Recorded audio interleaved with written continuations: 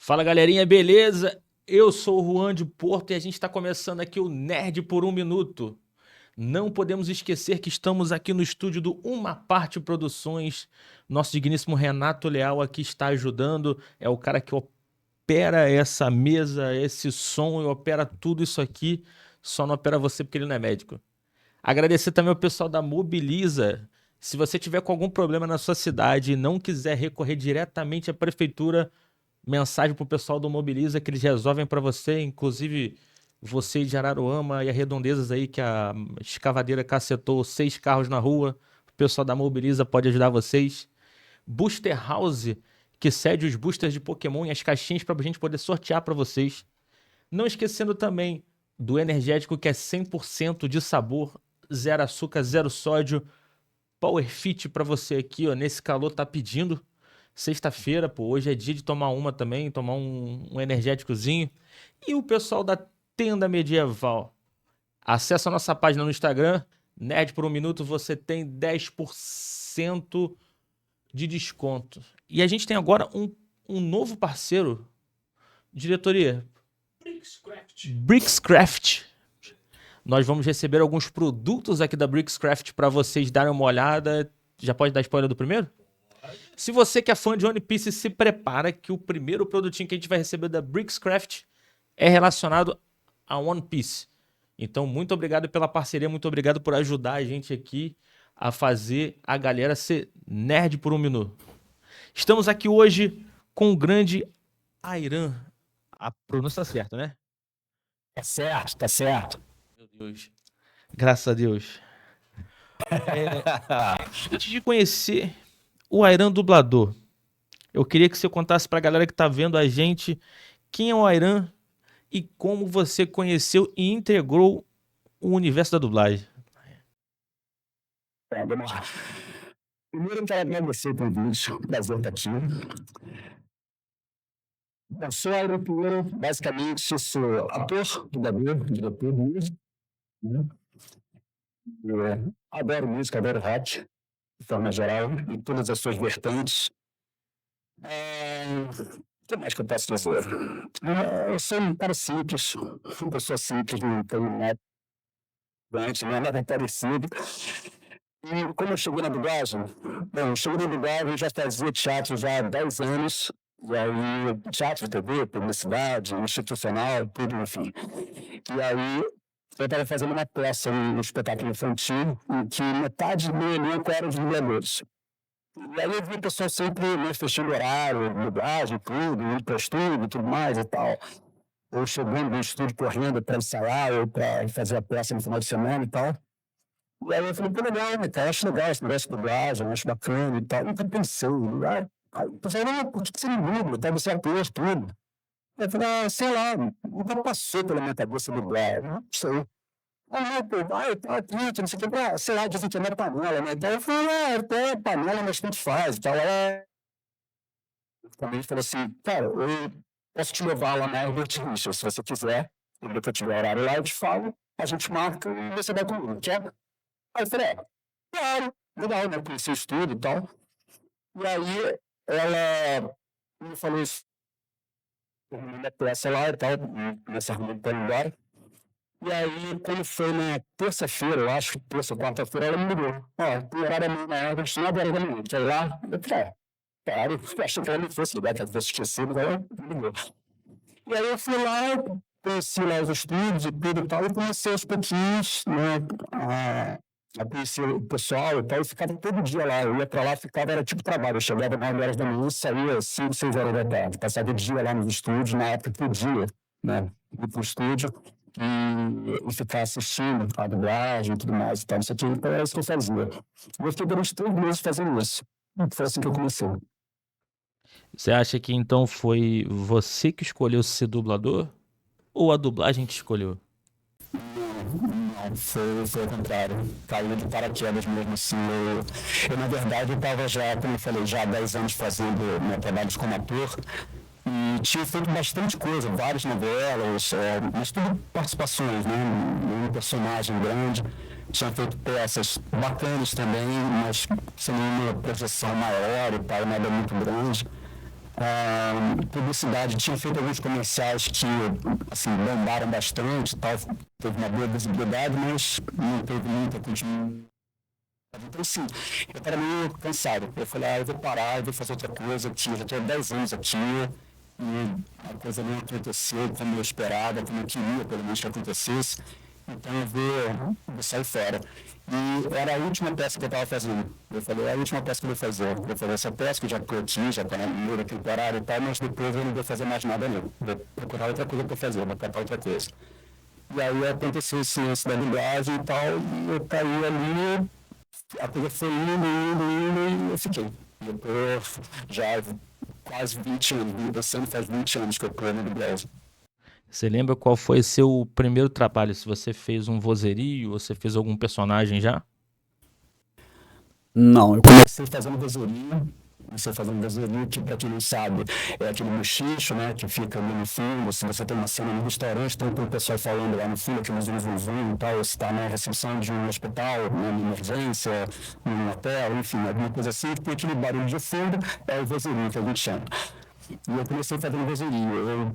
Na verdade, foi curioso porque o primeiro trabalho não foi vozerio, não. O primeiro trabalho oficialmente não foi vozerio, não. Porque, como eu disse, eu fiquei assistindo lá, né, durante 3 meses. E volta e meia alguém falava, entra lá, vai lá gravar, então não sei o quê. Eu falava, não, só estou assistindo, eu não sei dublar, eu nunca fiz isso. Então vai comigo, entra lá e vai. E aí eu participava do vozerio, então, mas extraoficialmente. Né? A primeira escalação foi para fazer uma coisa tipo um reality show de emergência no hospital, tipo um ar da vida assim. E aí eu fui um personagem, fiz um médico mesmo. Foi meio desesperador, mas foi isso. E também, e antes disso, também não oficialmente, numa dessas de estar lá na Everett assistindo e me botarem para gravar, eu fiz o Lei Ordem, um episódio de um cara lá, de um vilãozinho e tal, que o cara era um delator, empregado pessoal, enfim, e aí ele entrava no cacete, estava todo arrebentado e tal, e o pessoal lá querendo tirar a informação dele, ele todo amarrado, foi uma cena super difícil de fazer, que eu só fiz porque o dublador não ia chegar a tempo.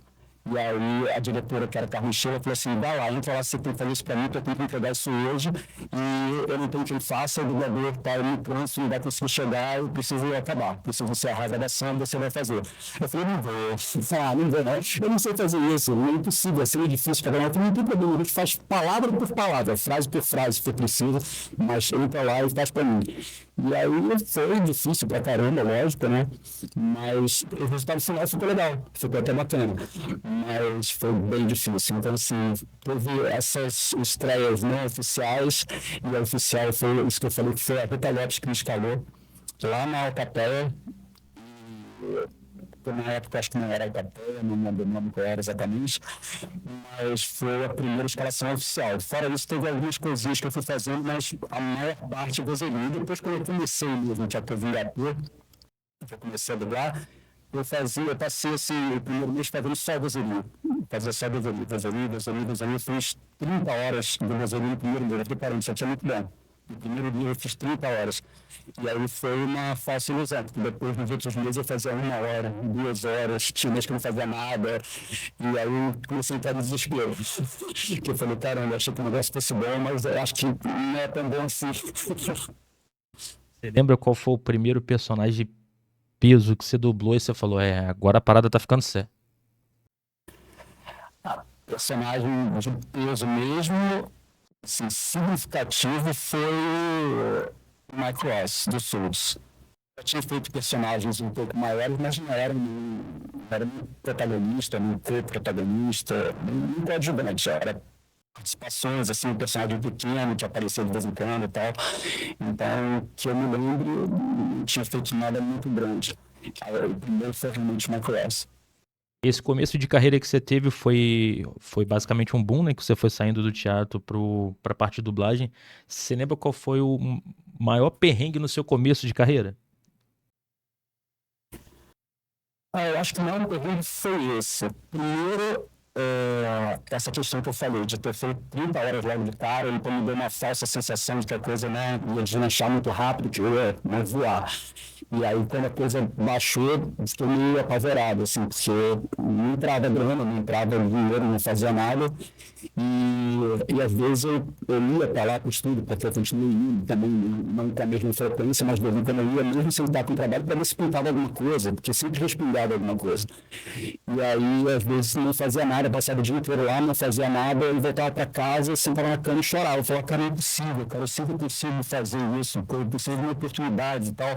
E aí começaram a surgir essas oportunidades, e eu não estava preparado para fazer isso. Eu falei, eu vou queimar cartucho, eu preciso de um curso de dublagem para eu poder entender como funciona a coisa melhor. Já aprendi muita coisa na prática de assistir os outros dublarem, mas eu preciso praticar, preciso fazer isso. E aí tinha um curso que estava começando com o Flávio Bate e o Cristiano Torrão. Eu falei, cara, vai ser isso aqui. Só que eu estava completamente duro, né? Eu estava sem grana. E aí eu falei, cara, eu vou fazer e seja o que Deus quiser. Espero que eu comece a pintar trabalho para eu poder, né, pagar o curso, pelo menos. E aí eu comecei a fazer o curso e logo depois o Peterson, que na época ainda estava dirigindo na Herbert, ele me chamou e falou assim, vem cá, vou fazer um teste contigo. Aí eu falei, legal. Aí chegou lá e botou uma cena completamente aleatória, assim, falou, cara, esse foi isso pra mim, mas não faz caricato nisso, eu quero ver a tua voz mesmo, só pra ver como é que é a sua voz. Aí eu falei, tá, eu malandro pra caramba, né? Falei, pô, não, foi lá, fiz o velho, então isso que foi, tá uma bosta, né? Eu falei, eu te disse pra não fazer velho, cara, eu falei, pra tu fazer tua voz, eu queria ver a sua voz. Mas tudo bem, tudo bem.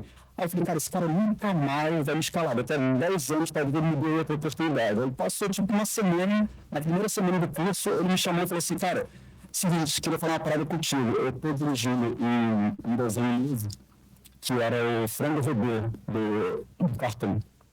Eu falei, o desenho é muito louco. E não tem personagem fixo, é sempre uma rotatividade absurda de cenas recriadas, né, de, sei lá, cenas de filmes famosos, de situações conhecidas e tal, que o pessoal recria com bonequinho, com Barbie, com Falcon e tal, aqueles bonecos assim. E aí ele falou, cara, eu tô pegando toda a galera que tá começando agora, vai estar todo mundo junto no estúdio, vai ser tipo um aulão, vai estar 15, 20 cabeças dentro do estúdio, e cada um vai pegar um negocinho para fazer, porque tem muita coisa, são muitas cenas, muita coisa, vários episódios, então tem bastante coisa. Mas vai ser um aulão remunerado, todo mundo vai ganhar, não é para fazer de graça não. Tá interessado? Eu falei, lógico, né? E aí eu fui gravar isso, cara, e realmente foi uma aula, foi uma escola. Aí hoje em dia eu passei por ali também, e a gente ficava junto no estúdio. Normalmente era pelo menos umas 12, 15 pessoas. E foi muito bom, era divertidíssimo, né? Então, assim, ele botava, próxima cena, tá lá, o cara que tem sotaque de caipira, então, assim, alguém sabe fazer, eu faço, tal, aí eu ia fazer, agora vai você, agora eu, tal. E ele ia dando uns trotes e tal, lá pegando a gente, dirigindo, ajudando e tal. E o pessoal foi deslanchando. E no meio dessa galera, junto comigo, tava o Flávio Bate, que era o meu professor. Ele só me cutucava e falou assim, eu já pago a mensalidade, né, moleque? Eu pensava ali, porque a minha ideia era justamente essa, assim, eu saí do sufoco ali, porque realmente, às vezes eu pegava 3 horas e meia, cada vez que eu ia gravar, gravava pelo menos uma vez por semana, então, assim, salvou, salvou. O Flávio também, pra galera que estiver vendo, eu me amarro ainda no Flávio, eu jogo com Gragas, Flávio dublo Gragas, Flávio já dublou Apenas um Show, dentre outros personagens clássicos, pra galera que gosta. E sabe quem mais que ele dublou também? A minha mãe! Cara, o Flávio, o Flávio é meu brother, meu irmão. Eu digo porque vai ser sempre, né? Ele nos deixou agora há pouco tempo, infelizmente. Mas é um cara que eu falava pra ele, falei, você é meu marido.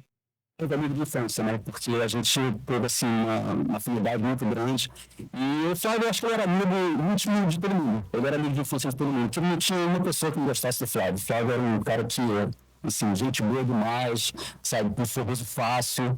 E, era um cara que, inclusive, eu sempre achei preterido, pouco aproveitado. Eu acho que ele tinha muito para entregar ali, eu acho que ele era pouco escalado para a qualidade do trabalho dele. E um cara muito gente boa, cara. Um cara muito legal. Muito bom de trabalhar com ele, ser dirigido por ele, trabalhar com ele na época em que a gente ainda dividia bancada, dividia bancada com ele, enfim. E foi meu professor, né? Meu professor.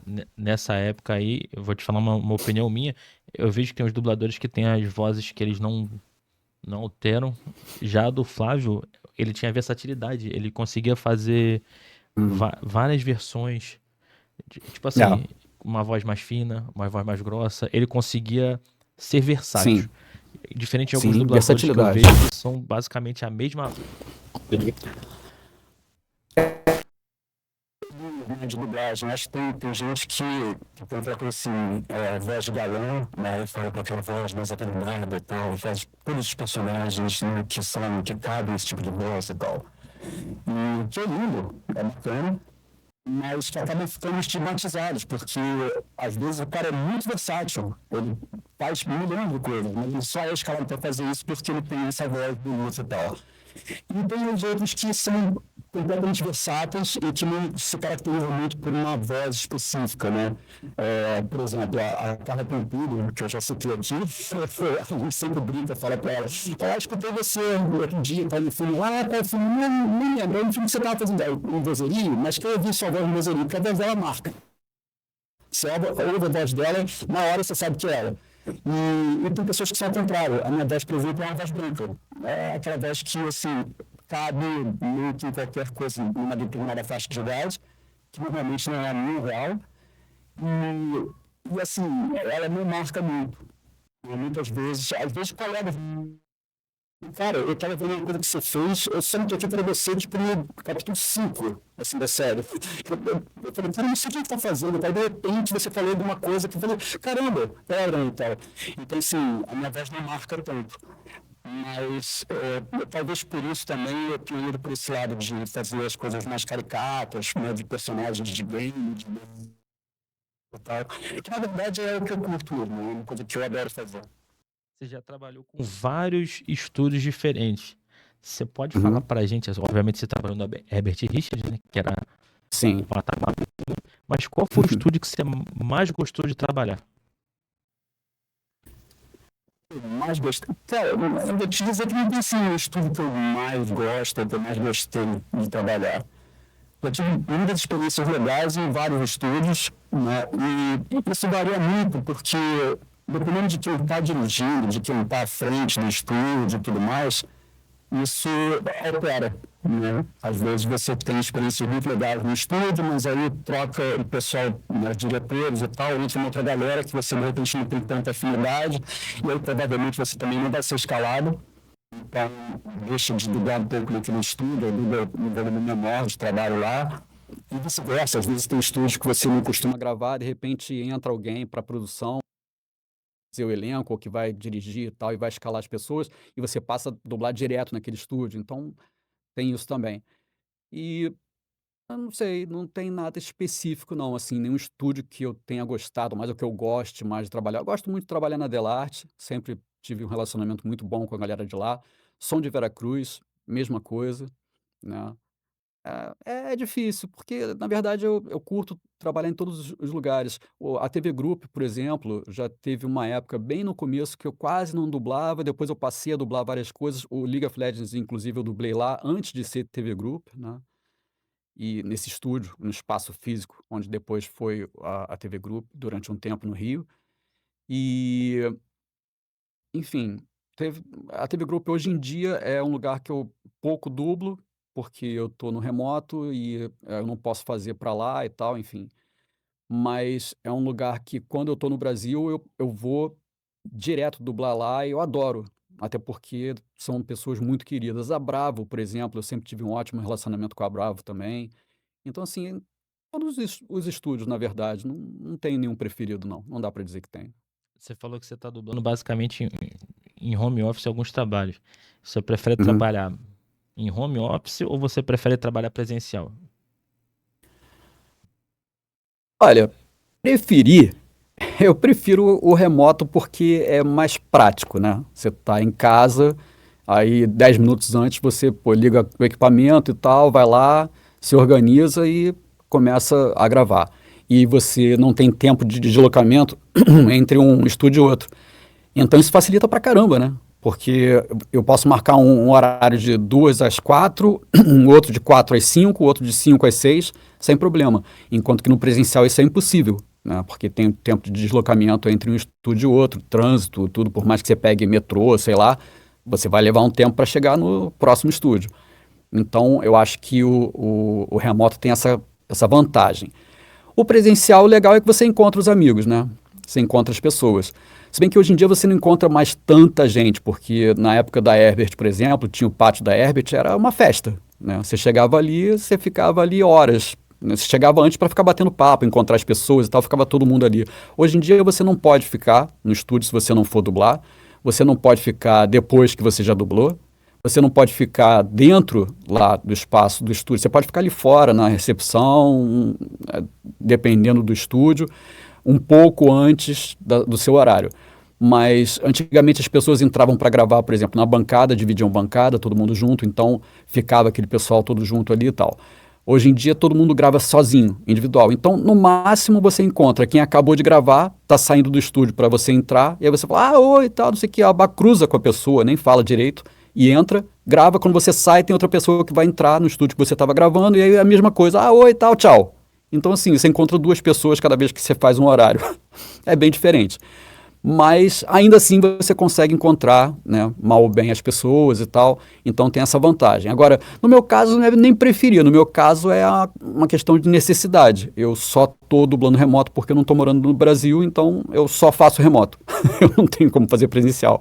E aí, quando eu vou para o Brasil, eu passo uma temporada e vou para os estúdios e tal. Aproveito para rever as pessoas e tal e fazer o presencial.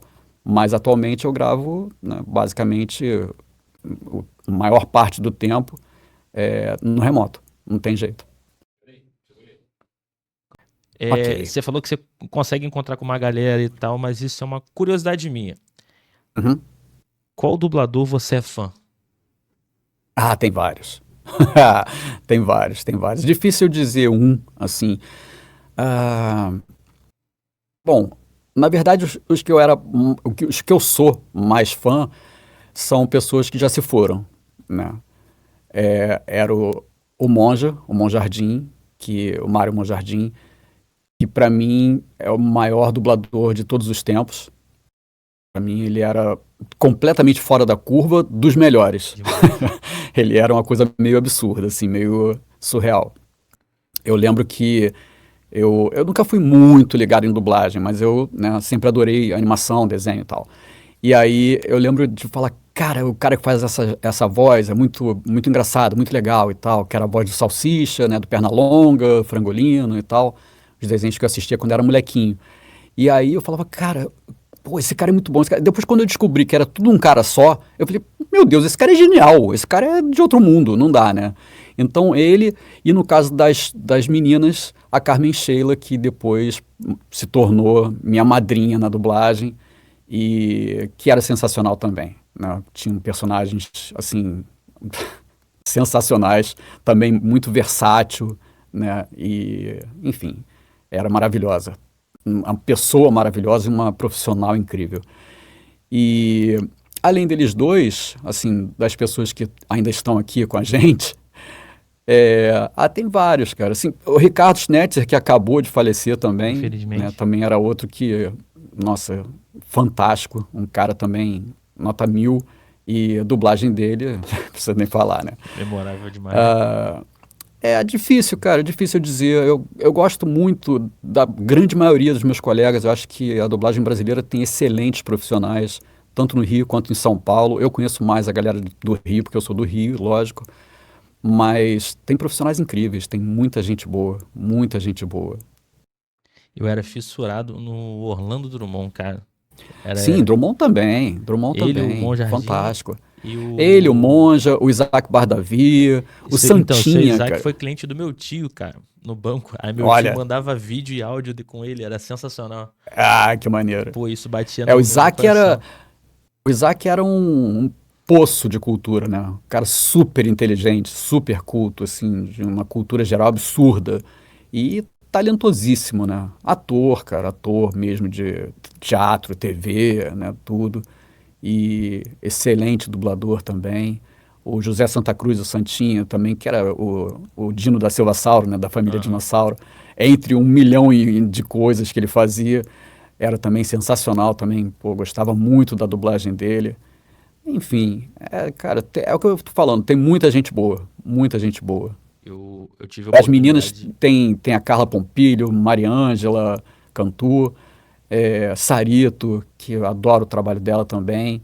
Essa galera aí, a Priscila Morim, Miriam Fischer, né, cara, o que fala da Miriam? Miriam, nossa, a Miriam, eu falo pra ela, eu falo, Miriam, dá raiva, porque a tua voz encaixa com qualquer coisa.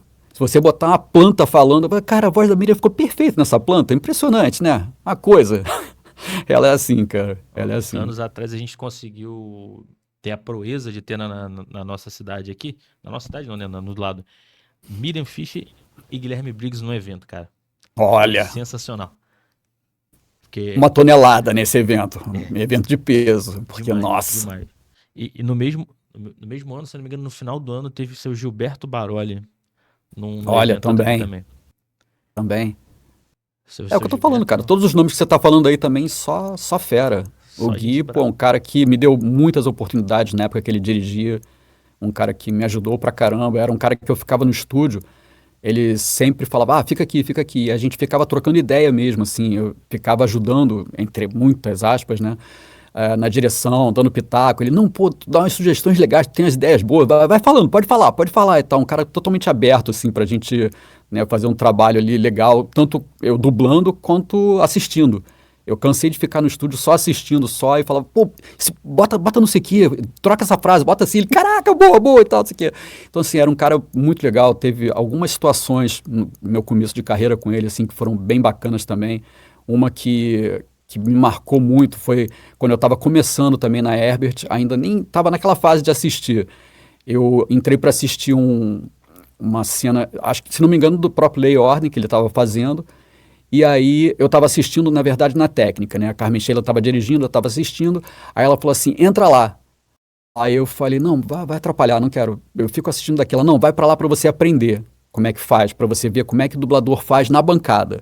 Aí ela falou: ô Gui, tem um amigo que tá entrando aí e tal, tá começando e tal, não sei o que, você se importa? Ele, não, claro que não, vem pra cá e tal. Aí eu fiquei do lado dele.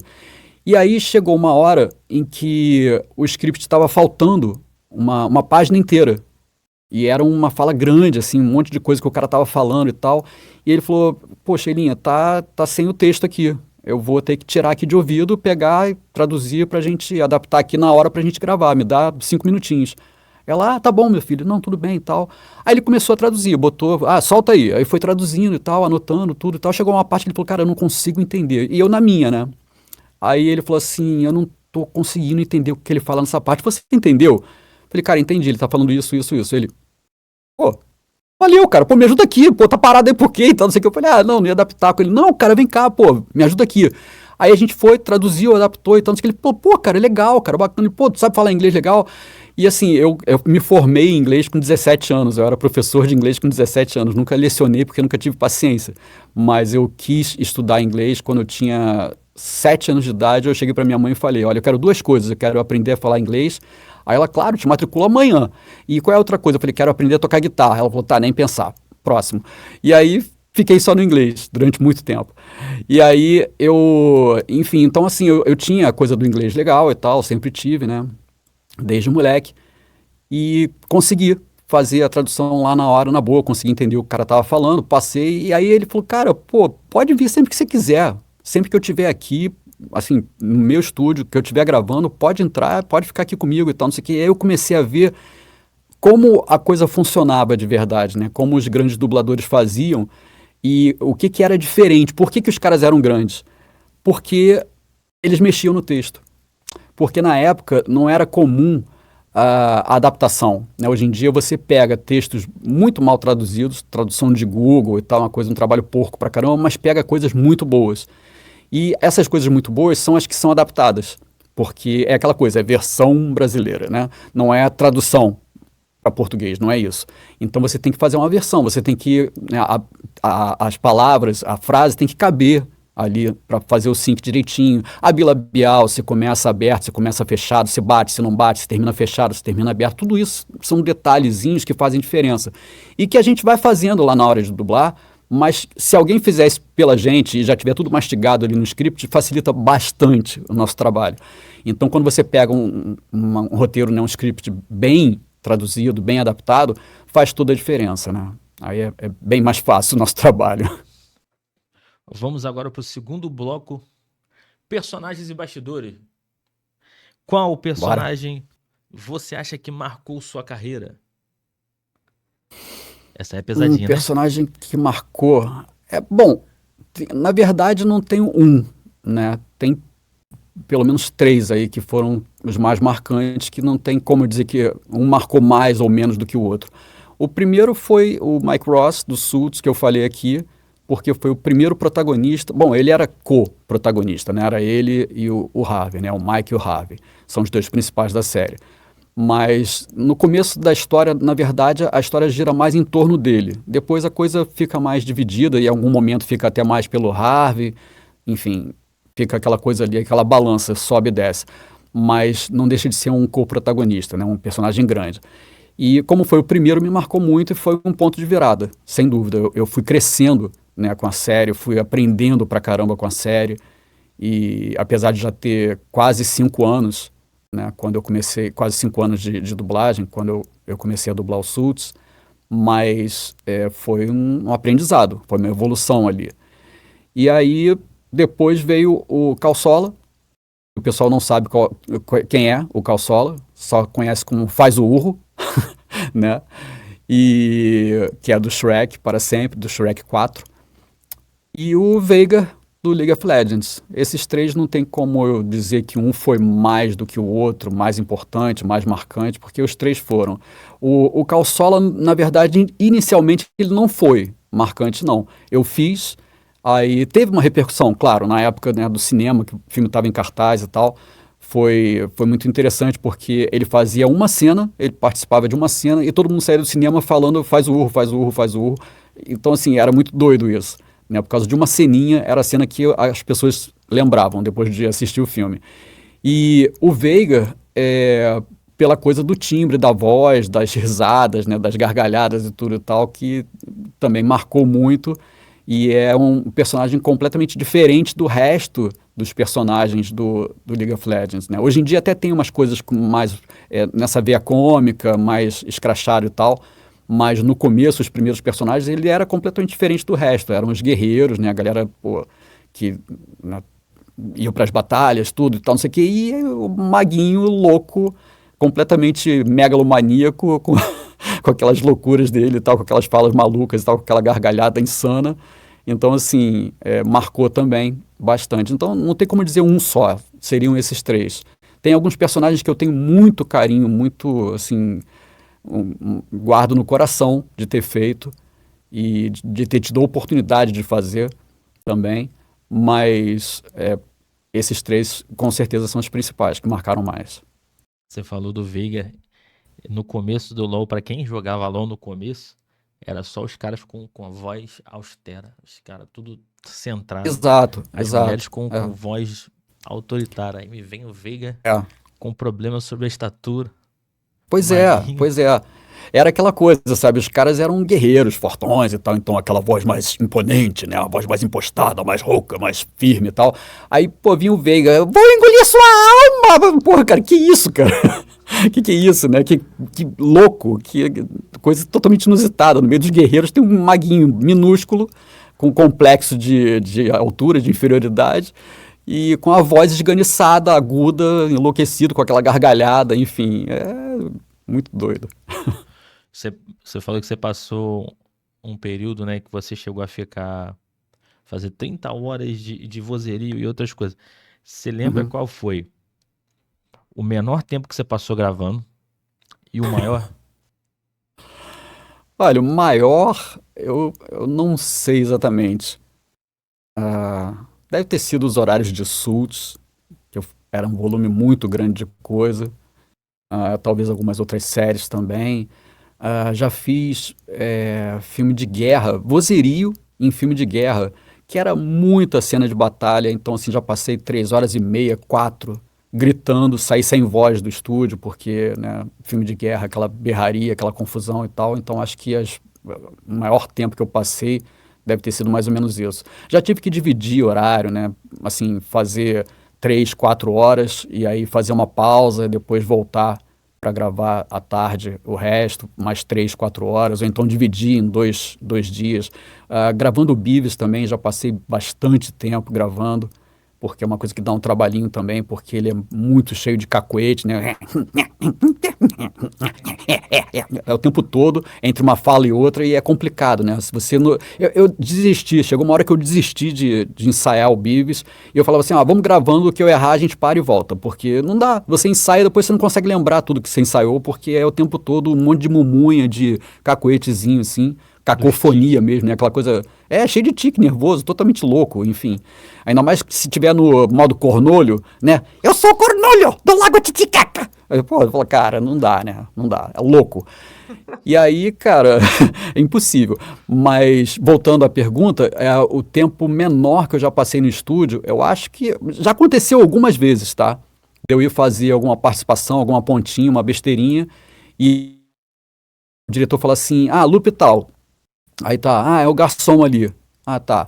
Aí o cara fala assim, sei lá, já sabe o que vão pedir? Tá. Pode vir. Pode vir aonde, cara?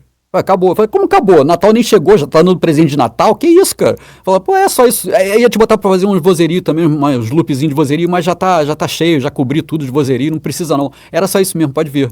É presente. Eu falo, então tá, né? Obrigado. Então já aconteceu algumas vezes de ficar, assim, demorar 40, 50 minutos, 1 hora para chegar no estúdio, até o estúdio, de casa até o estúdio, e gravar isso, que literalmente levou menos de 1 minuto, e depois 1 hora para voltar para casa. Então, assim, 2 horas de deslocamento entre ir e voltar, e 1 minuto dentro do estúdio gravando. Já aconteceu algumas vezes. E aí as pessoas me perguntam por que eu prefiro o remoto.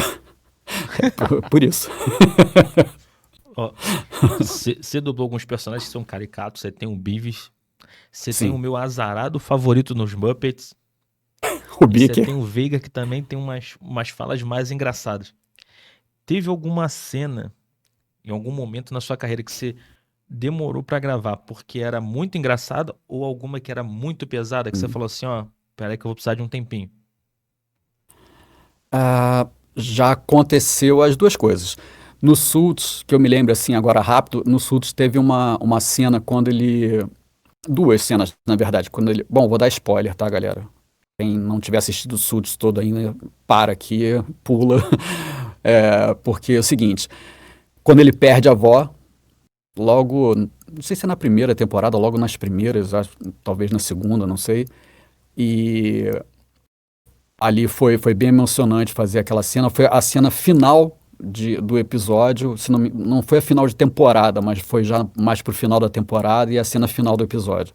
Aquela cena foi difícil, até porque me pegou de surpresa. Eu fui gravando, porque era muita reação, e aí o desenrolar da cena, quando eu vi que ela chega e dá a notícia, né, a Rachel chega e dá a notícia pro Mike, eu falei, caramba, foi um baque, assim. E a cena que ele começa a falar com o padre, aí em outro episódio, já bem mais pra frente, ele tá conversando com o padre e tal, e aí ele começa a falar de um livro que ele tinha quando era pequeno e tal, e que o padre tinha guardado, um livro infantil e tal, não sei o quê, que os pais liam, né, as histórias para ele e tal, não sei o quê. Aquela cena me marcou e eu comecei a chorar, e eu comecei a chorar de verdade, e eu não conseguia fazer mais a cena de acordo com o script. Eu fui fazendo no instinto, e foi a cena que ficou depois, né, que está gravada até hoje lá.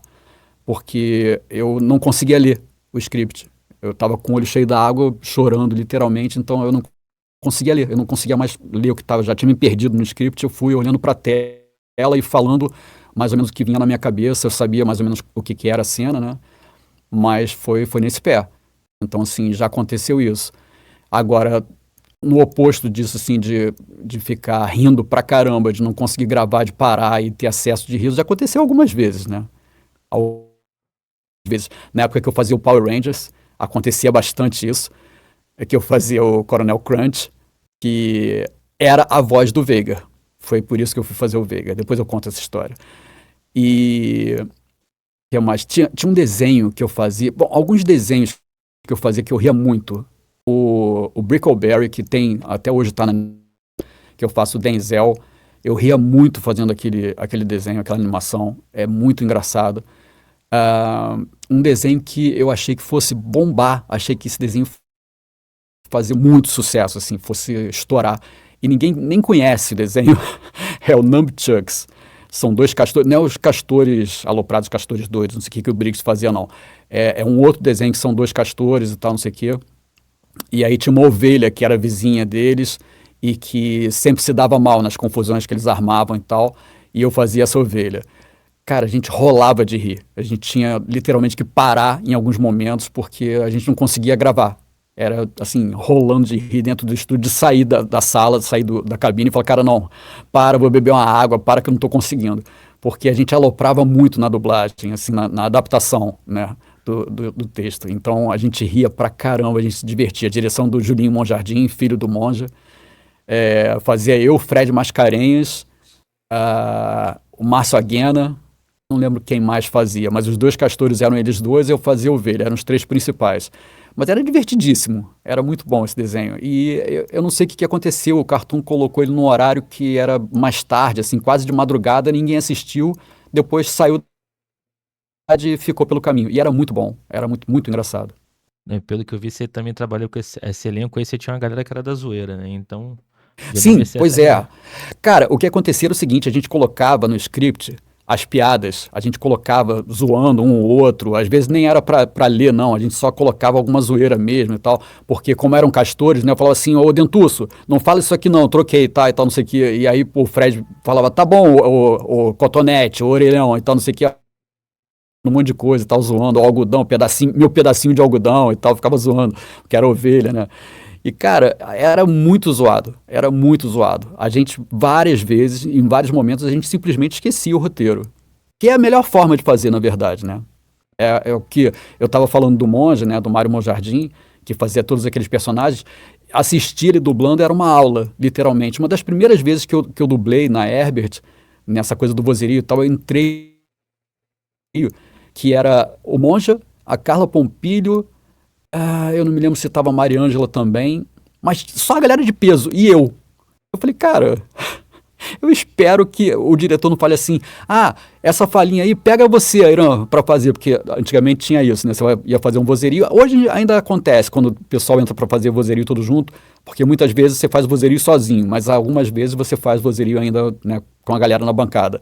E aí o diretor fala, fulano, faz essa falinha aqui pra mim. Aí tem uma falinha ali de um personagem e tal, você faz. Aí agora fulano faz a outra e tal. Aí você vai trocando fone, pegando fone e tal, se não tiver fone pra todo mundo, e vai gravando e tal, não sei o que, os personagens.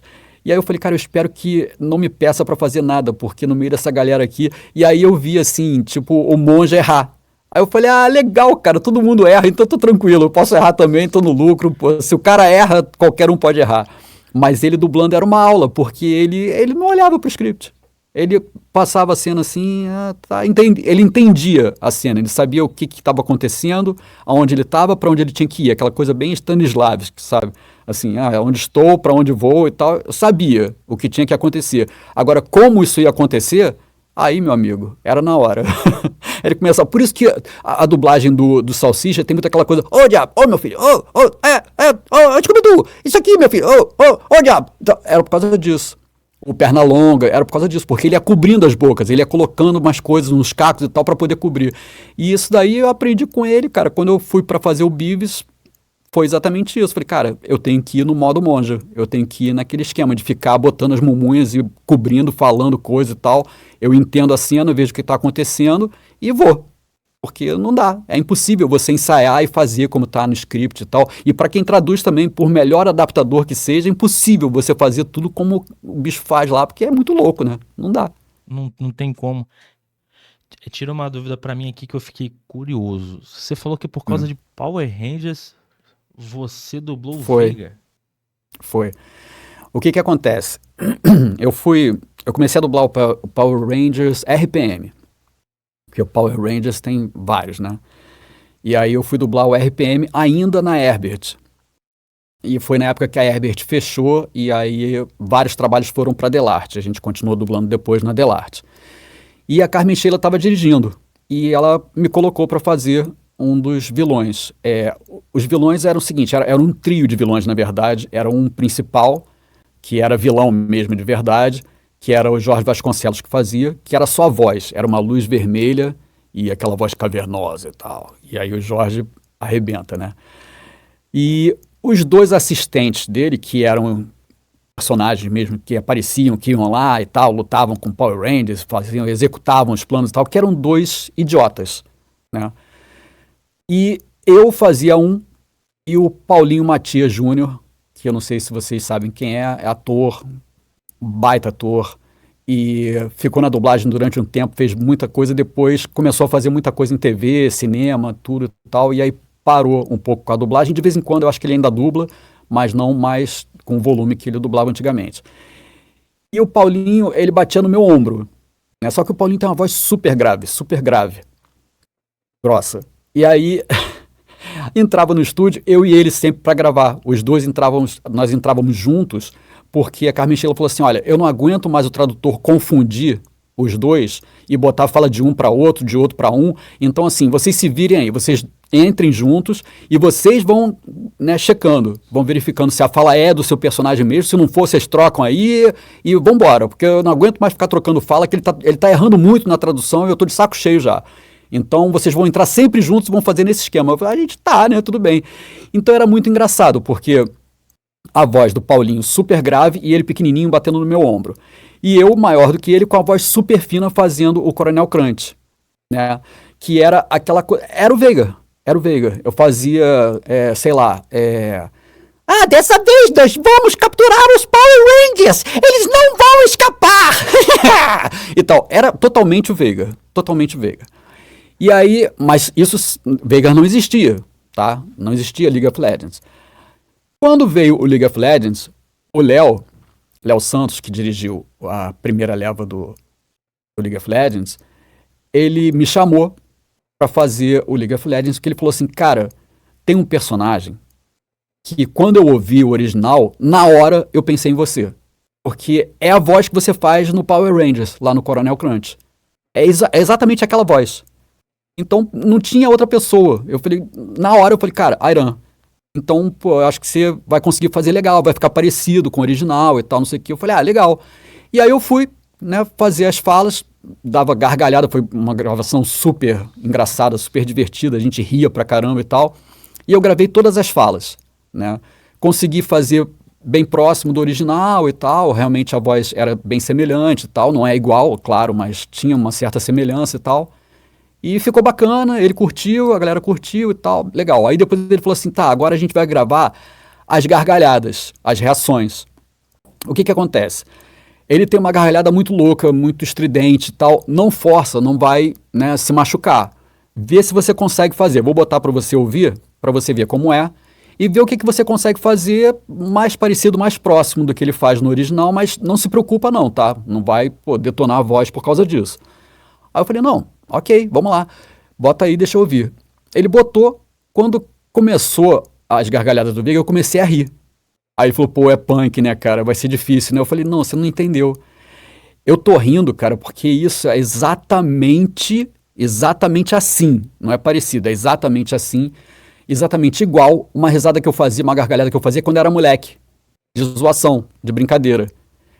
Só que isso tem muito tempo, eu não sei se eu vou conseguir fazer, porque tem muito tempo que eu não faço.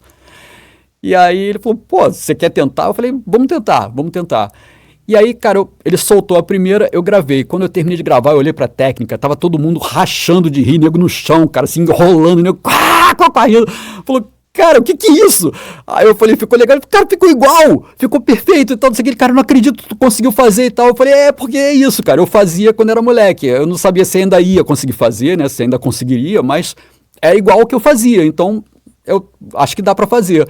E aí eu fiz todas as reações, todas as gargalhadas, né, do Veiga e tudo, e ficou bem parecido, tanto que no começo o pessoal comentava assim nos vídeos, a galera que jogava e tal, né, quando a gente começou a ter feedback na internet, pessoal falando assim, legal, fez as falas, mas a risada é a original, né? Eu falei, não, eu gravei tudo. Não, impossível, cara. Eram duas coisas que todo mundo falava.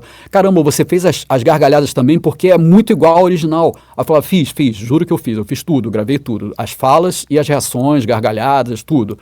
Aí eu, caramba e tal. E a outra coisa que falavam era, legal, e você fez o Timão também, né, do Rei Leão.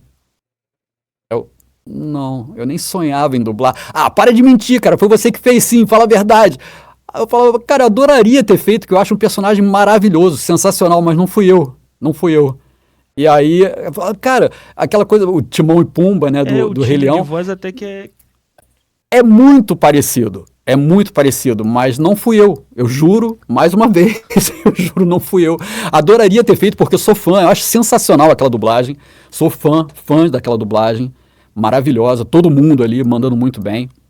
Tem um time, nossa, de peso ali, né? Mas não fui eu não gravei, não fiz o Timão, apesar do time ser parecido. Então eram duas coisas que todo mundo comentava. E a história do Veiga era essa, cara. Eu fui parar lá no League of Legends por causa disso, por causa do Power Rangers. Foi isso. Caraca. Quem diria que um personagem antigo te trouxe um dos mais icônicos do jogo, cara? Pois é. Eu sou fã do Veiga pra caramba, não tem como não. Eu me amarro em jogar com ele. Eu também sou. Eu sou suspeito, mas eu também sou. Ó, vamos pro terceiro bloco. Mercado e profissão. Airan, você acha que a dublagem hoje é mais difícil ou mais fácil do que na época que você começou? Olha, eu comecei já naquela transição ali pro Pro Tools. Né, o pessoal que gravava em beta, cortava. Na verdade, você sabe por que chama loop, ou anel, em São Paulo? Não. Sabe por que essa nomenclatura? Então, dublagem também é história. O que acontece? Os caras pegavam... Por que o loop tem 20 segundos? Eles pegavam 20 segundos de filme, né, era película, e eles cortavam, literalmente, com gilete, porque era assim que era feito. Muita coisa na televisão no começo era cortado com gilete, a edição era assim, cortava a fita e emendava. Era literalmente isso. E na dublagem não era diferente. E colocava uma argolinha, um anel. E aí ficava aquele loop, ficava rodando em loop ali para você gravar aquele trecho. Aí depois tirava, botava outro trecho e rodava em loop, por isso o nome loop, né? Ou anel, porque era um anelzinho que prendia as extremidades da fita ali que tinha sido cortada com a gilete. E aí cada vez que passava, né, aquele anel pelo leitor, fazia plup, plup, plup. Então você sabia que ia começar o loop. E aí a galera tinha a oportunidade de assistir, né, ensaiar ali e tal, não sei o que, vamos gravar. Era para gravar de prima. Porque se não gravasse de primeira, já era, porque você perdia a faixa de áudio. Porque a faixa de áudio, né, dublada em português, ela era gravada por cima da faixa de áudio original. Então, uma vez gravada a dublagem, ficou. Você pode até gravar de novo, mas você não vai ter mais o inglês para se guiar. Você só vai ter a imagem. Então, aí fica mais difícil ainda. E eu cheguei já não era mais assim. Eu cheguei já era Pro Tools. Foi o comecinho do Pro Tools, bem no comecinho, bem quando o Pro Tools estava começando, né, a galera usar Pro Tools em estúdio de dublagem. Já se usava para música e tudo, mas para dublagem ainda era uma coisa um pouco mais recente. Tanto que era super comum, na época, a galera entrar todo mundo para gravar junto no estúdio, como na época, né, da película, da beta, tudo e tal, do Matic, aquelas coisas todas. Porque era um ranço, era um vínculo que as pessoas não tinham perdido ainda, né? As pessoas entravam para gravar todo mundo junto no estúdio, enquanto que na verdade não precisava, porque você gravando separado, você tem uma qualidade de áudio muito melhor, porque você tem cada um falando separadamente, então depois para mixar, a mixagem dá um pouquinho mais de trabalho, porque você tem que pegar aquelas vozes todas e mixar, e depois, né, fazer a masterização, a coisa toda, a pós-produção, enfim. Mas... você tem um som muito mais limpo, muito mais definido, cada um grava o seu separado direitinho. Quando tem muita gente falando ao mesmo tempo, por exemplo, não fica uma coisa, né, desorganizada, não entra chiado. Às vezes acontecia das pessoas estarem gravando todas juntas na bancada, e aí como eu falei, se errasse, já era. Aí as pessoas tinham que fazer várias falas, né, naquele mesmo loop tinham 3, 4 pessoas que tinham falas, que tinham, né, alguma coisa para falar. E aí um falava, o outro falava, o terceiro falava, chegava o quarto e errava. Cara, eu não peguei essa época. Mas a galera diz que nego só olhava assim, tipo, eu vou te matar.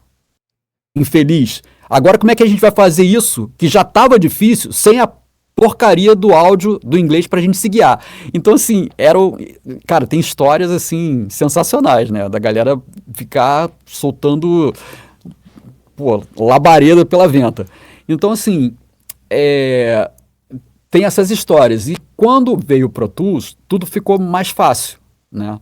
Então, eu acredito que hoje em dia seja mais fácil do que era antigamente, apesar de eu não ter passado por essas situações, né? Eu cheguei a dividir bancada com muita gente, tudo e tal, mas já era na época do Pro Tools, não tinha esse problema de, né, se perdesse o áudio original, já era e tal, ia ter que gravar sem o áudio e tal, a referência do áudio em inglês ou no idioma original. Então, assim, eu não sei exatamente, não tenho essa experiência, né? Mas eu acredito que seja muito mais fácil hoje em dia você dublar, né? Eu acho que o pessoal fala, perde um pouco, porque antes você contracenava ali na bancada, né? Você tinha a resposta imediata ali, um fazendo, o outro fazendo. Eu concordo, mas em parte, porque você tem a referência da tela, você tem que seguir o que está na tela, então não tem como você inventar muito. E sem contar que se você não for o primeiro a gravar, muitas vezes o diretor fala, eu vou colocar aqui, já tem gravado fulano, vou colocar aqui para você e tal. E aí você sente a temperatura da cena, exatamente como ela vai ficar, tem a referência de quem está contracenando com você. Então você não tem essa perda tão grande assim como as pessoas falam também. Então eu acho que facilitou. E sem contar a edição, né? Ali na hora mesmo, não digo nem edição de pós-produção não, de você fazer uma fala, a entonação ficou perfeita, a inflexão ficou legal, ficou tudo bacana, mas aí faltou uma batidinha no final, você falou, cara, eu tinha que ter esticado, mais uma sílaba ficava. Aí ele vai lá no Pro Tools, é a festa da Xuxa que a gente chama, né, do stick push. Aí dá aquela esticadinha, pum, vai pro lugar, fica certinho. Antigamente não tinha como fazer isso.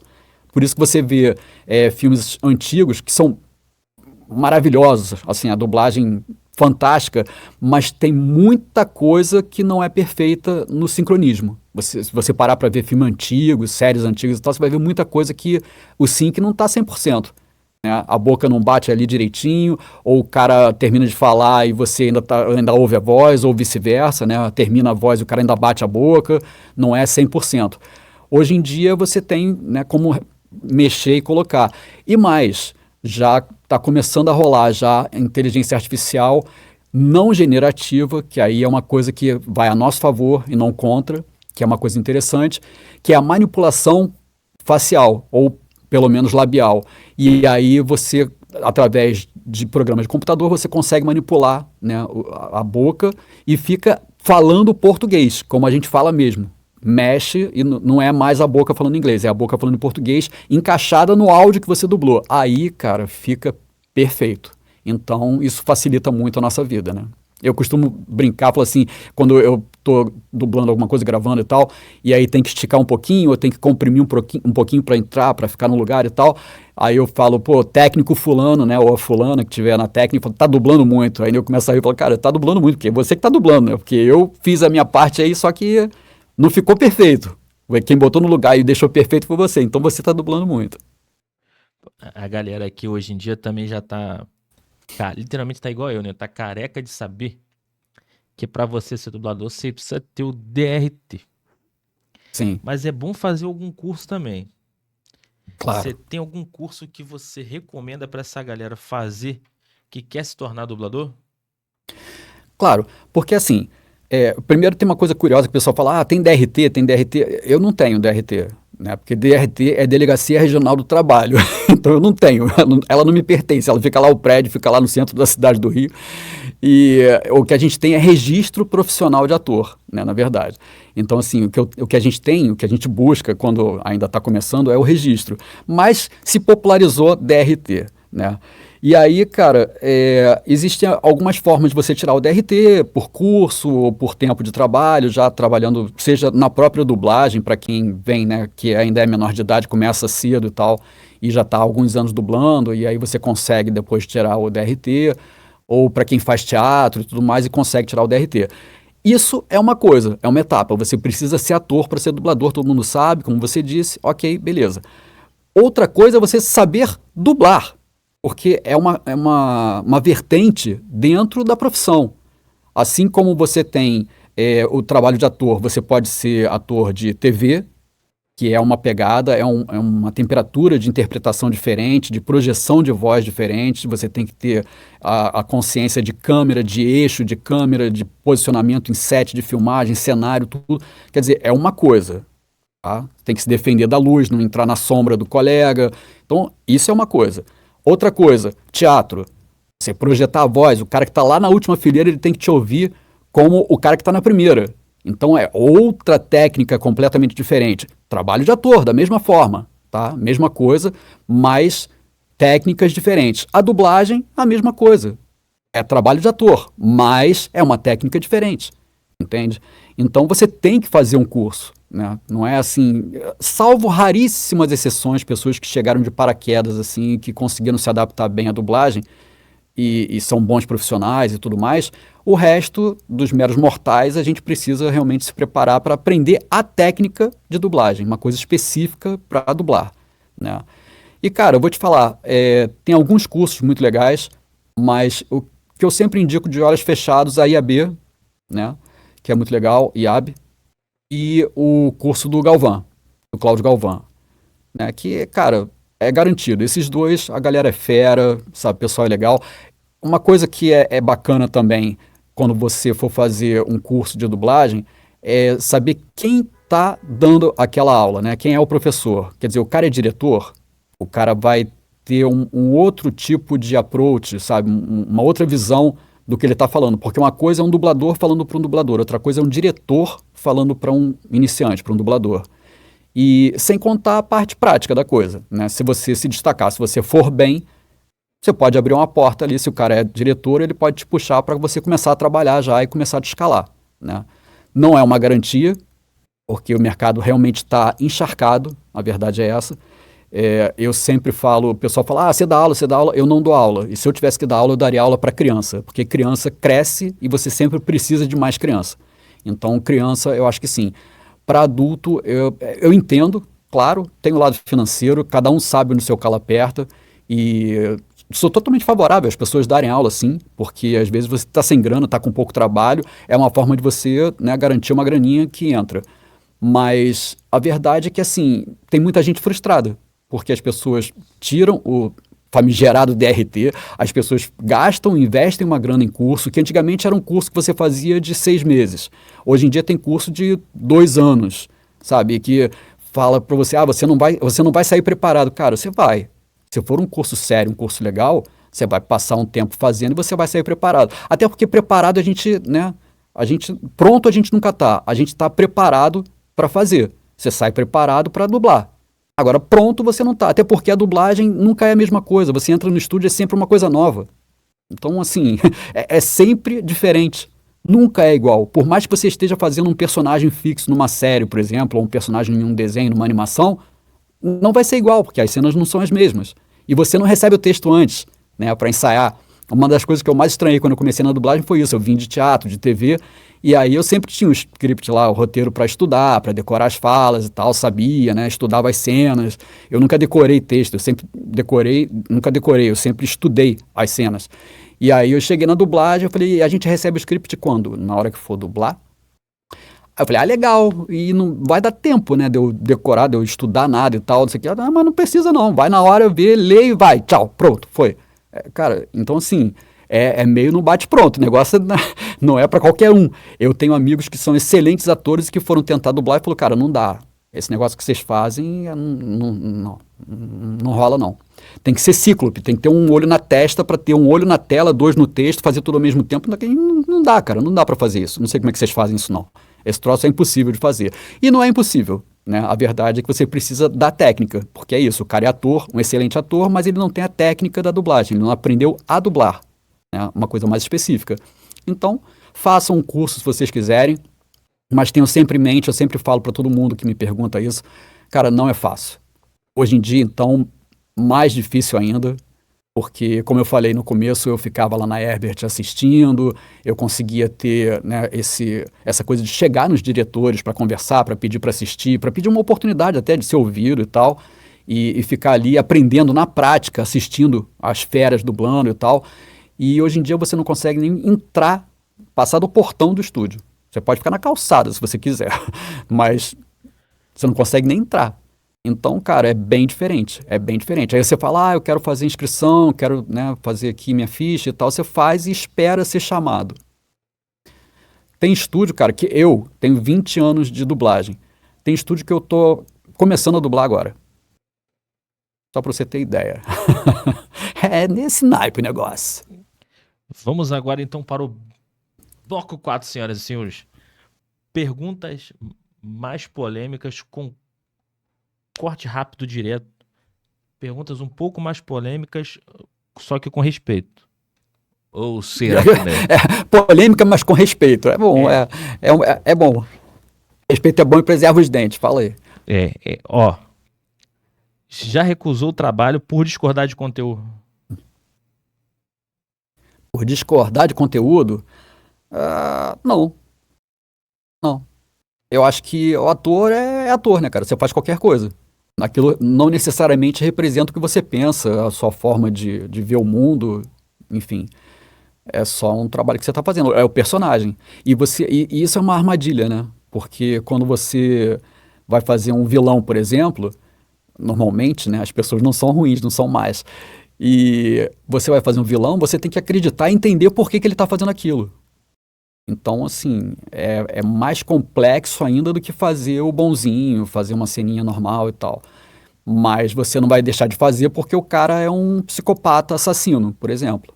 Você vai fazer do mesmo jeito, só vai tentar entender o que está acontecendo, por que ele é assim desse jeito. Às vezes tem um motivo, às vezes não, às vezes é só um doente mental mesmo, né? Às vezes ele é um psicopata mesmo e a justificativa é essa.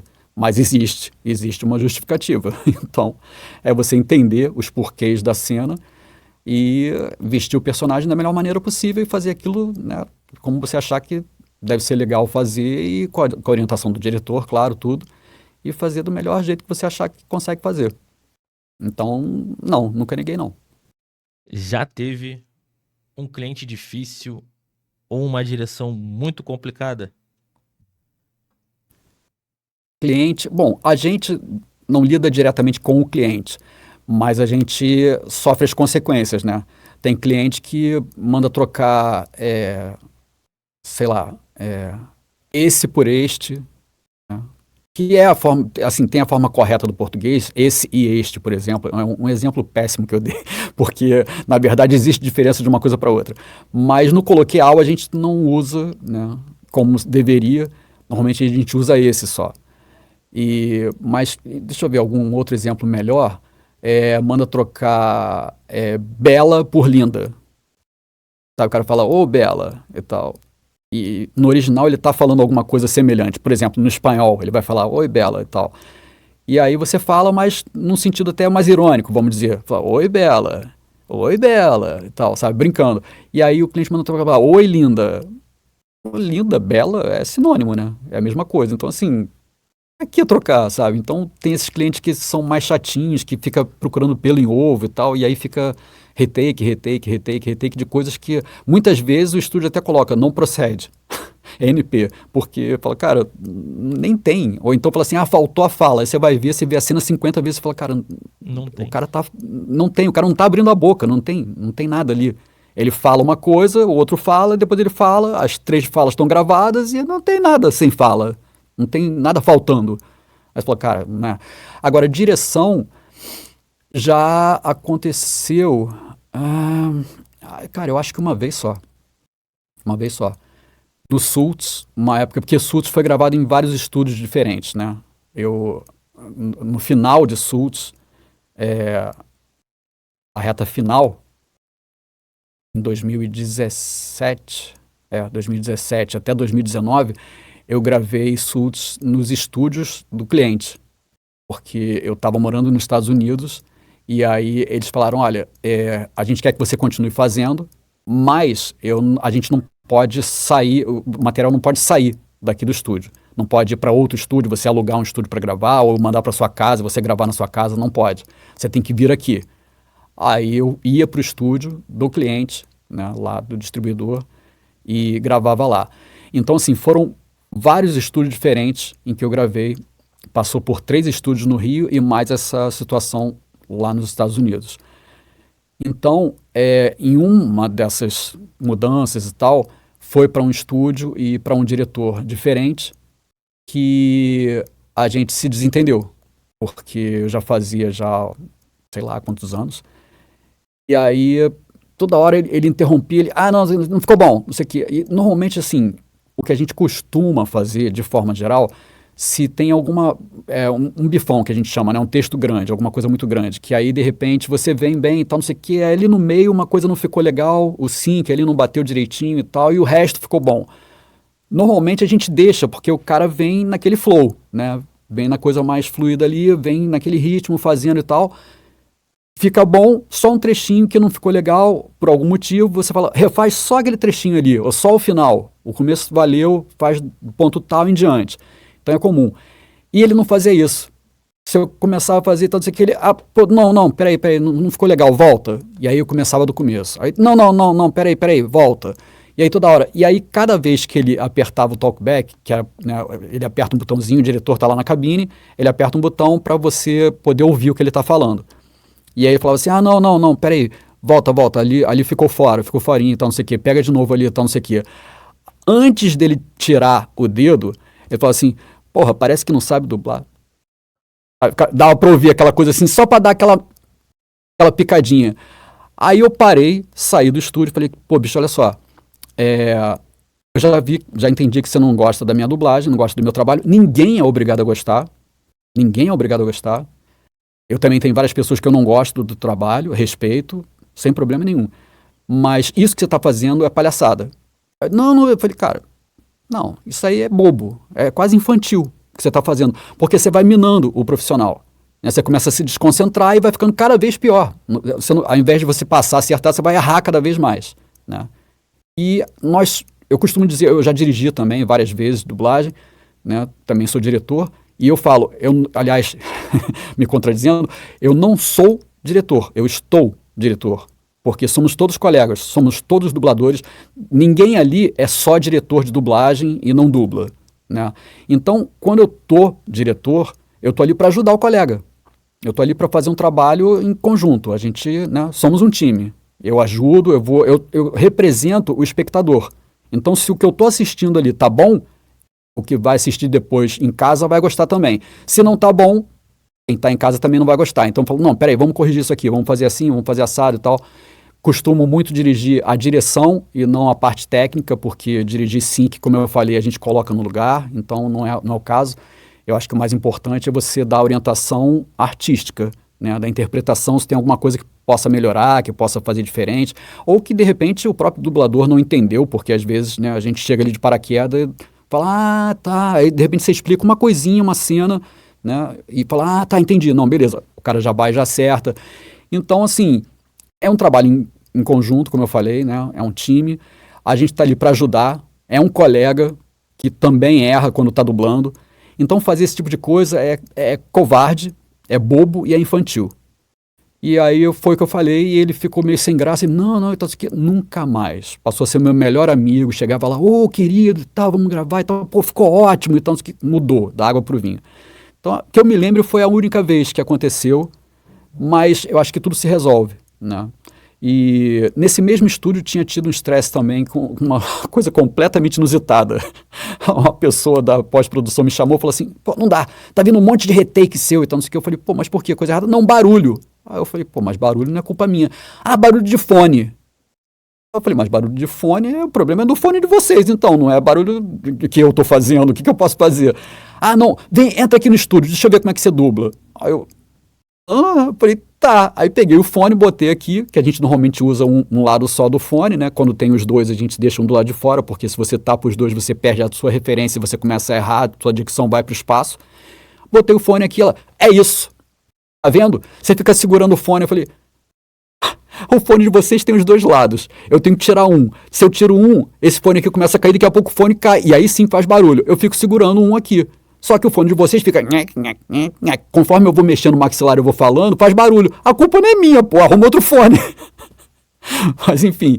Eu acho que foi o máximo de estresse que eu tive em dublagem. Eu não sou um cara de discutir, de bater boca e tal. Eu acho que tudo se resolve. A gente pode conversar e tudo vai ficar tranquilo, né? Combinado não sai caro. Às vezes é melhor você ter paz do que ter razão, né? Total. Falou tudo. Vamos agora pro bloco 5, que é o Nerd por um Minuto é a faca Tramontina. É resposta Boa. seca, pra não dar merda. Não dá merda. Vamos lá. Existe famosa panela no mercado de dublagem? Sim ou não? Sim! Sim! Sim! Sua banda favorita e show que mais te marcou? Iron Maiden! Qual foi o show que mais te marcou? Iron Maiden. Iron Maiden do primeiro Rock in Rio, primeira vez que eu vi Iron Maiden. Depois eu vi 52 vezes. Mas a primeira vez que eu vi foi inesquecível. Chegou a jogar o famoso LOLzinho usando Veiga? Sim! Sim! Prefere dublar filme ou animação? Animação. Maior saudade do Brasil? É pra responder isso? Não tem nenhuma. Não, tenho. Mentira, tenho. Tenho de encontrar os amigos, família, isso eu tenho. Isso é a única coisa que dá saudade. Prefere fazer vilão ou herói? Vilão. Improviso ou roteiro planejado? Improviso sempre. Já aconteceu Improviso alguma vez planejado. sair do estúdio com a voz arrebentada? Já. Várias vezes. Filme ruim, mas pagando bem. Faz ou não? É! Como é que é aquela frase que você falou antes? Qual? A da rima. Pagando bem. Ah. Bem. Pagando bem que mal tem. É, pô, lógico. Lógico. O que você diria pro Airan no começo da carreira? Ah, vai estudar, filho. Faz isso não. A minha falava, estuda, meu filho, estuda. Eu entendi estúdio, meu filho, estúdio. Aí pronto, fui parar onde, né? Não, vai estudar, vai fazer outra coisa. Faz isso não. Olha as coisas que eu queria fazer, música e ator. Não, vai fazer outra coisa. Eu sou guia de turismo também, né? Eu trabalhei muito tempo como guia de turismo, levando grupo de adolescentes para Disney, enfim, aquelas coisas todas. Mas, cara, estuda, vai fazer alguma coisa que depois vai te garantir direitinho. Ah, uma coisa que eu falaria, olha, faz aquele negócio, aposentadoria. Faz um plano, né, direitinho, porque Faz a previdência Que eu- privada. é uma previdência, porque você vai sentir falta disso depois.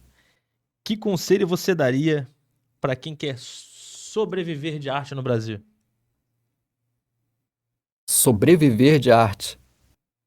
Sobreviver de arte, Olha, bom, primeira coisa, você vai sobreviver, tá? Raramente você vai viver, você vai sobreviver. Mas você vai ser feliz. Se é o que você realmente gosta, você vai ser feliz. Agora, um conselho, aprenda desde cedo educação financeira, porque você como ator, como dublador, o que for, você não tem salário fixo, você não tem 13º, nada disso. Então, no final do mês, se você trabalha muito, você ganha muito, se você trabalha pouco. Então, entrou muito no mês, ganhou uma grana legal, segura. Fala, ih, entrou dinheiro pra caramba, eu vou torrar, vou comprar tudo, fazer esse crediário todo, meu filho, vambora, é agora que eu vou gastar o negócio todo. Oh, entrou dinheiro. Aí chega no mês seguinte, não tem um puto, aí não dá, cara. Então, assim, segura o dinheiro direitinho, se planeja, sabe? Evita fazer crediário, parcelamento, aquelas coisas, entendeu? O conselho que eu dou é esse, não é nem profissional, é mais na educação financeira mesmo, na coisa de ser mais organizado. Agora, 2 pedidos rápidos. Um salve para Damasceno e Renata, porque eles são fãs de Suítes. Ah, tá, já ia falar com a voz do Veiga. Salve Damasceno, salve Renata. Agora um outro pedido que mandaram aqui, pediram pra você fazer o Calçola falando faz o urro. Faz o urro, faz o urro. Valeu, papai. Sensacional. Porque a fala dele é só isso mesmo, né? É literalmente, cara. O pior é que é um dos momentos. Eu acho que é o momento mais marcante do filme pra mim. Isso. É. Ele fica, faz o urro, faz o urro, faz o urro. Aí depois ele fala, ele tá indo embora. Faz alguma coisa. Aí o pai vai lá, tá, ele faz o urro, aí ele vira pro pai e fala, valeu, papai. Valeu, papai. Valeu, papai. Temos aqui a última pergunta, que é aquela que é para tocar no seu coração, que a gente vai acabar, mas antes eu tenho que agradecer a todo mundo que estiver vendo esse vídeo. Avisar para vocês que tá rolando um sorteio na nossa página com um par de ingressos para a galera que quiser ver A Megera Domada, aqui Olha, legal, no hein? nosso digníssimo Teatro de Araruama. Então, se você quiser um parzinho de ingresso, a postagem já tá rolando. Fica ligado. Vai ser dia 7 e dia 8 de março agora, no digníssimo Teatro Municipal de Araruama. Beleza? Airan, eu botei para você Fala fazer pra uma mim. pergunta final para tocar no seu coração. Isso eu costumo Sim. perguntar para todo mundo que vem aqui, só que o pessoal não é muito acostumado. O que é felicidade para você? Cara, felicidade é acordar todo dia. Acordar e ver que tá vivo. Viver é um presente, né? Não é à toa que o presente tem esse nome. Passado já foi, não tem nada que você possa fazer. O futuro, a Deus pertence. Então, vive, cara. Então, felicidade é estar vivo. Não, uma próxima eu conto o porquê que eu passei a pensar assim. Isso daí depois você vai contar mesmo, que a gente vai ter uma próxima. Quando Isso quiser. a gente vê mais pra frente. Vamos tentar o dia que você tiver de volta aqui no Brasil pra gente trocar uma ideia pessoalmente. Levar Lindo. você para dar uns rolê na praia ali. Rolezinho na praia, show. Perfeito? Gente, quero agradecer muito mais uma vez a você que estiver vendo, pedir para você, se você gosta de conteúdo nerd, cultura pop, cultura geek, você se inscreve no Nerd por um Minuto, YouTube, TikTok e Instagram. E o pessoal que quer achar você, eles acham você como? Qual é a sua rede social aí? Bom, tô no TikTok, Airan Pinheiro Dub, né? Dub, D-U-B de dublador. E no Instagram, Airan Pinheiro. Airan underline Pinheiro. Porque tem outro Airan Pinheiro, que é Airan Pinheiro tudo junto, que é o meu filho. Mas é bem diferente. Vocês vão se entrar e for ele, vai ver que não sou eu. Porque é skatista, barbudão, assim, é outra parada. Mas Barbudão. é barbudão assim, mais ou menos isso. Maior do que a sua. Mas eu transito mais pelo Instagram mesmo. Aí, te agradecer em nome do pessoal do Nerd por um Minuto e do Uma Parte Produções. Muito obrigado por você ter aceitado participar, você ter doado um pouco do seu tempo. Te agradeço de coração e espero que a gente consiga trocar uma ideia pessoalmente. Parabéns pelo seu trabalho, parabéns por tudo. Muitos novos Obrigado. trabalhos para você. Que a Riot lance trocentas skins de Veiga e que você faça outros personagens dentro de jogos, animações e filmes, porque Que o Veigar entre no Arcane, né? Que até hoje nada. cara, eu também tava querendo. Se o Heimerdinger entrou, por que não Veiga? Uhum. Não, pô, eu jogo com os Pois é. dois. Eu só jogo com baixinho, cara. Me amarro mesmo. Minha ADC, por exemplo, é a Tristana, que também é outra Yordle. Eu É, só jogo com Yordle. legal. Gente, Cara, eu que agradeço. Obrigado pelo convite. Um prazer estar aqui. Um abraço para todo mundo que assistiu. Obrigado por ficar até agora aqui. A edição que se vire, porque eu falo pra caramba, né? Ah, E, cara, só agradecer pela oportunidade de estar aqui, contar um pouquinho da minha história, dos personagens e tal. E quando quiser, a gente marca aí uma próxima. perfeito. Muito obrigado. Se você quer ser nerd por um minuto, segue a nossa página, segue o Airan e acompanha todos os cortes desse podcast que vai ao ar semana que vem. O podcast tá indo ao ar agora, mas os cortes semana que vem. Beleza? Então, muito Show. obrigado a todo mundo, um beijo e até a próxima. Valeu! Valeu. Cortou? Duvidei.